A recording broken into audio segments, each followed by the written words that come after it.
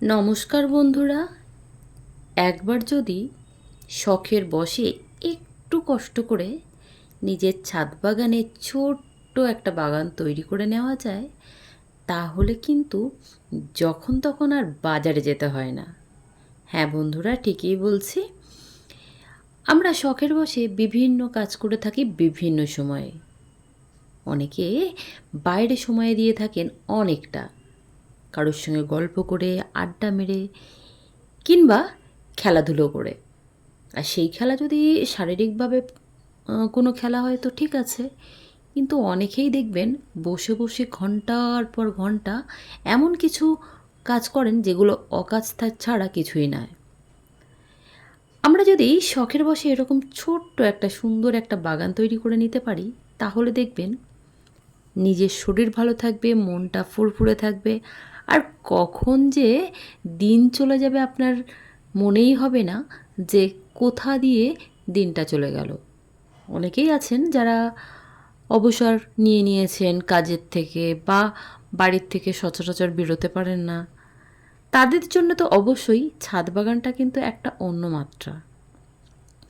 দেখুন বন্ধুরা, আমরা যারা ছাদে বাগান করি, অবশ্যই শখেই করি নিজেদের ছোট্ট একটা ছাদ বাগান। পরবর্তীতে কিন্তু এই ছাদ বাগানটাই আমাদের কাছে খুব সুন্দর একটা আম, জায়গা হয়ে ওঠে, যেখানে সময় কাটানোর জন্য একদম উপযুক্ত একটা জায়গা।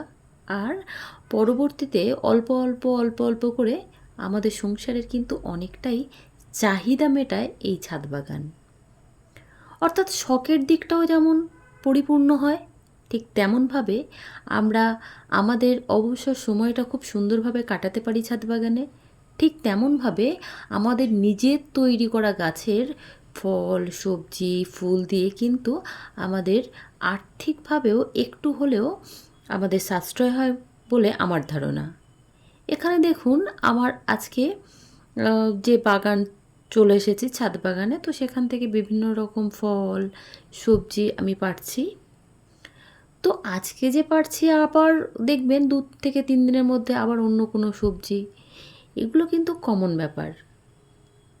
আর দেখুন, সব সময় যে আমরা বাজার থেকে কিনলেই খুব ভালো সবজি পাই সেটা কিন্তু না। এই যে আমাদের নিজেদের গাছে আমরা কিভাবে গাছ তৈরি করছি, সেটা জৈবভাবে না অজৈবভাবে, কোন কীটনাশক দিচ্ছি, কতটা পরিমাণে দিচ্ছি, কতদিন পর পর দিচ্ছি, সমস্তটাই আমাদের জানা। তাই এই বিষ মুক্ত সবজি আমরা নিজেরা, অর্থাৎ আমাদের নিজেদেরকে যেমন খেতে কোনো সমস্যা নেই, ঠিক তেমনভাবে আমাদের সন্তানদেরকে, আমাদের বয়স্ক বাবা মাকে খাওয়াতেও কোনো রকমই কোনো সমস্যা নেই।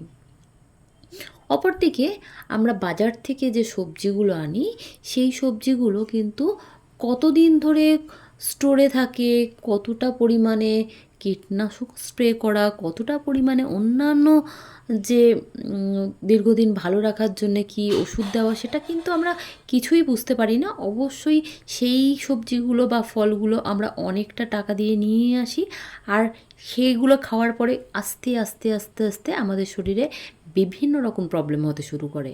অপরদিকে দেখুন, আমরা যদি ছাদে এরকম ফ্রেশ টাটকা সবজি অল্প হলেও যদি আমরা চাষ করে খেতে পারি, তাহলে অল্পও তো আমাদের বিষমুক্ত সবজি ফল আমাদের শরীরে যায়। আর অবশ্যই সময়টাও কোথা দিয়ে যে কেটে যায় কেউই বলতে পারে না। বন্ধুরা, এখন যেহেতু শীতের লাগোয়া সবজি লাগাবো, তাই অনেক গাছ তুলে ফেলেছি। অল্প অল্প করে করছি, কারণ একে দিনে যদি প্রচুর পরিমাণে কাজ করতে যাই, সেক্ষেত্রে কিন্তু অনেকটা কষ্ট হয়ে যায়। শারীরিক পরিশ্রমের জন্য পরবর্তীতে শরীর খারাপ করতে পারে।